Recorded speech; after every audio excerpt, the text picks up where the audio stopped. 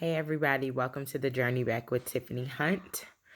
Um, I apologize. Well, no, I'm not gonna apologize. I just have not been able to upload for a while. I've had some issues with Facebook and they have not been resolved. I haven't been uploading on YouTube because I was doing live and uploading on Facebook. And I'm coming to you today because there's a conversation that I feel impressed upon me to have. I've kind of been having little miniature snippets of it over the last few days. And as you guys can see, my hair is quite wild and, unkempt and a bit all over the place. I have no makeup on. I don't have any lashes on. I don't have any foundation on. I haven't done my eyebrows or anything like that. And what this conversation is about today is if you don't have love for yourself in this state, where you're not perfectly coiffed and put together and your hair is not perfectly done, your makeup is not put together. If you don't have love for yourself in your raw state, in actuality, you don't really love yourself. You love an image, you love an idea, you love a perfectly packaged, I guess, present, basically a farce or a piece of yourself. Anyone that knows me knows this is completely against my programming. I grew up in a beauty salon. I am a third generation cosmetologist. Anybody that is anywhere near close to me or has had, any formal interaction with me or interactions with me, knows personally anyway, knows that I love to get dressed up. I like to put myself together. I like to make things look pretty. I apologize, guys, if you hear any, background noise. I have a toddler. And so you may hear him. Anywho, what I've realized is there are parts of myself that I didn't want to embrace or love because they don't just look perfect or they're just not fully put together, and we're programmed all throughout our lives, especially Black women, to straighten your hair out. It's too kinky, or twist it to make the curl pattern look such a way, or, and what I'm not saying is don't groom yourself. What I'm not saying is don't not take care of yourself or different things of that nature. All I'm saying is you need to have love for yourself in the state of not being perfect, having it perfectly together, or things looking perfectly together. You need to have love for yourself in that state, because that's a place of love that is authentic to you. Because without all the stuff, really peel those layers back. Do you have love for yourself? Do you really have care for yourself? Because if you don't, it will affect the way you take care of yourself. It will affect the internal conversation you're having with yourself about your value and about being liked and about being accepted. In all those ways, being accepted by other people, being liked by other people, a lot of times is predicated on how much you really actually like and accept yourself. And if you don't like or accept yourself in your rawest state, you can have an expectation or desire for other people to do so, but you're likely not going to create a space for them to even be able to see you that vulnerable. You will likely not create opportunities where you're just yourself, or where you're not fully put together, or where you're vulnerable. You won't take that mask off to even allow them to get in to like you, because you have so many parts of you that you don't like and that you reject. And so that is basically what you give off to the world, or you only give off to the world this perfectly put together picture that is a snapshot of a moment in time. It's not really a video reel of your life or what's actually going on. It's a small snippet of an experience, or a small snippet of what's going on. And so I just want to say that I see beauty with this. I love my curly hair. It's wild. It's like my grandmother's was. It's similar to her texture. It's similar to her color. I think her hair was a little bit darker than mine. I do kind of, well, not kind of, I do rinse it jet black, just because when I put braids and stuff like that in, I do prefer jet black over 1B. But I want you to see the beauty in yourself in your rawest place. Don't rob yourself of the love that you have to give yourself by giving it to other people, or by only embracing the part of yourself that is perfectly put together and packaged and ready to be presented to the world. Because at the end of the day, you are robbing yourself and you're robbing the world of your authenticity. And most of us are doing that because we're too afraid to really be who we are, because we're afraid of not being accepted by other people.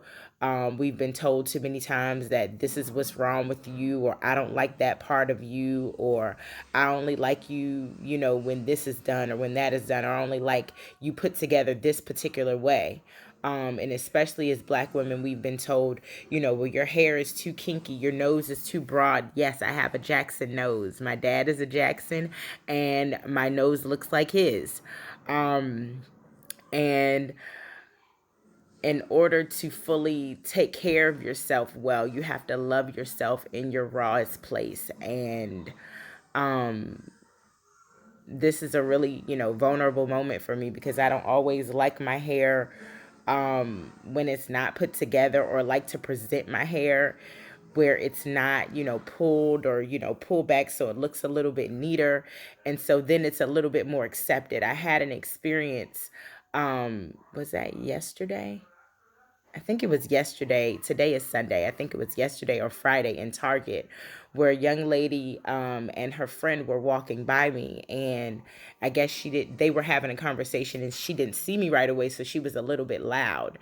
And her first instinct was to apologize to me for her loudness, or thinking that she had screamed in my ear, and I told her, you don't have to apologize to me for your loudness. One, because it didn't disturb me. It didn't disturb, my being or my place in the world. It was fine. You're having fun with your friend, and you don't have to apologize to me for you being yourself. So many of us spend our time apologizing to other people for us being ourselves. A lot of us are on this journey of becoming and working on being our authentic selves, and really tapping into who we actually are, and taking off the layers of colonization, and taking off the layers of white supremacy, and taking off the layers of self-hate. And it's a process, and the people around you are not always so accepting of, or they're not always readily have open arms ready to embrace who you're becoming, because they've become comfortable with who you were. They've been comfortable with you being masked. And so I just wanted to encourage the young lady and her friend, that it's okay to be yourself. Black people, we're loud a lot of times. I don't know necessarily always why we're loud, and I'm not always quiet, and I'm not always loud. Sometimes I'm loud, and sometimes I'm not so loud. But I didn't want her to have to feel like she needed to apologize for being herself, by having joy in the moment and laughing with her friend, because we are so inundated with things that make us sad, and things that are sad, and things that are not so happy. Till I didn't feel it necessary to rob her of that moment, of having joy and excitement of being able to be with her friend. I'm a mom and a wife, and I have all other kinds of responsibilities, and I tend to be very serious. I'm not always very jokey, and it's not that I don't want to be jovial. I do want to work on being jovial, and being able to have more joy in the moment. But I'm, for the most part, serious, and my humor is kind of dry. So I just am not always super silly.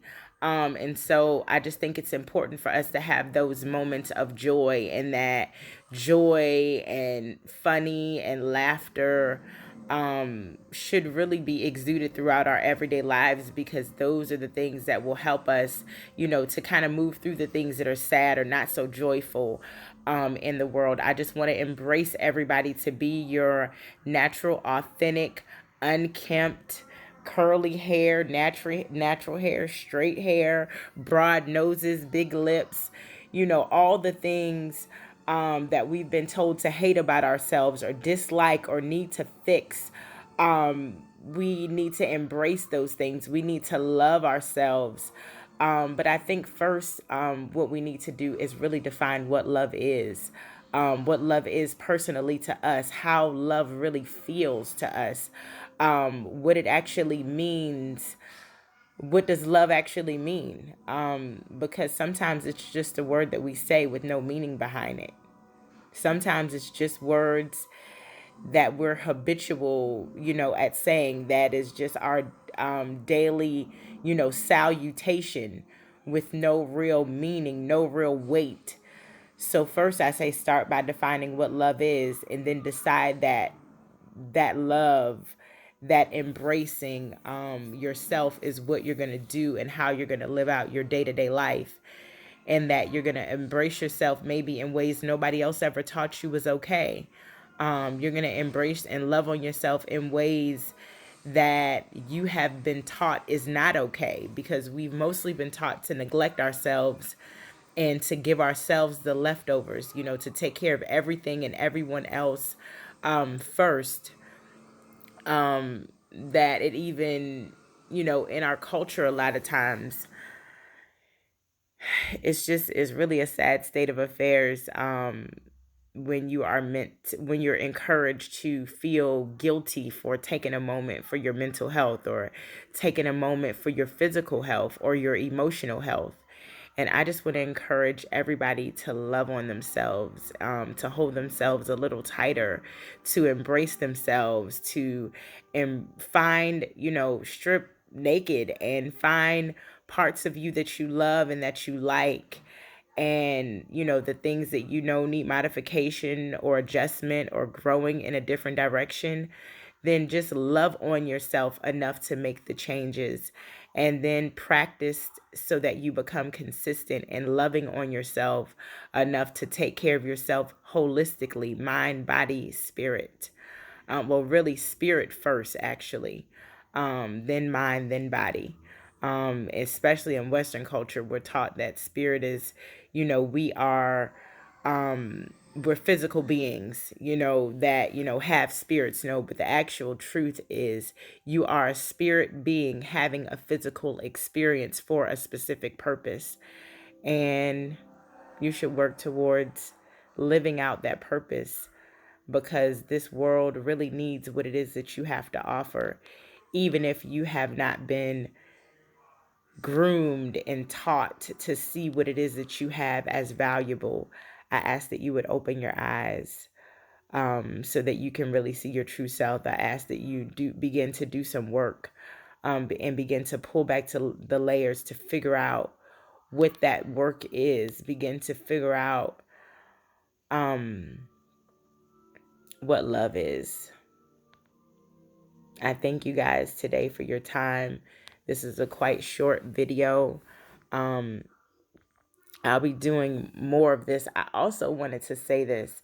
This has also been one of the things that has kept me from doing videos so often, because I am a mom. I am, spending most of my time, taking care of my toddler and running my 8-year-old around wherever she needs to go, and trying to take care of my house, and sometimes checking out, just being honest, because of feeling overwhelmed with all of the responsibilities.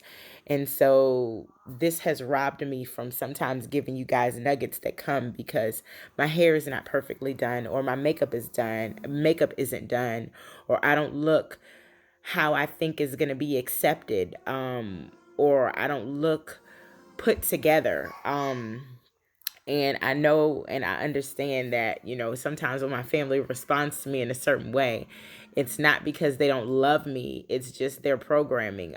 Like, I was on a video call with my mom, my uncle, and my grandmother the other day, and my uncle was like, "What?" The first thing he said is, "What is going on with your hair?"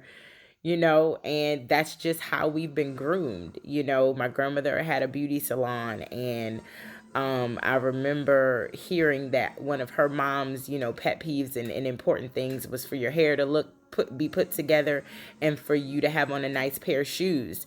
And so we passed those things down. And we don't do it with an intention of hurting or being harmful or hurtful. But what that does sometimes is say, how you came is not good, or it's not enough, or something is wrong with it. But I encourage you to love yourself the way you are, because you are the way you are. I love myself the way I am because I am the way I am. And when I look at my curls and I look at my skin, it's not perfect. It has blemishes. I have some age spots and different things like that. I'm knocking on 38.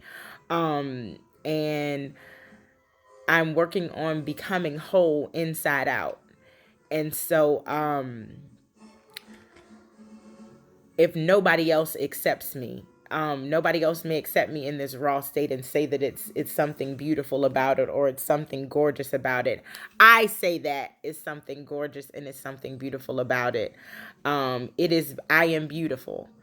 I am beautiful this way, whether my hair is done or not. Now, yes, I'm going to do my hair because I'm excited about playing around with some faux locks in a few hours, or in over a couple of days. I don't know that I'll fully get started tonight or not, because I have some other things. But at the end of the day, my big lips are a part of my heritage. My broad nose is a part of my heritage. I feel like one of my favorite things about myself is my smile, because it is a megawatt $1,000,000 smile. And I know it radiates to other people, and I know it's super important, and sometimes it will lighten somebody's day. I hope it lightens someone's load. I hope it makes somebody in the grocery store or in my day-to-day interactions feel better than they felt before, because some people just walk around angry and mean, and maybe their life is not what they want it to look like. Mine isn't either all the time.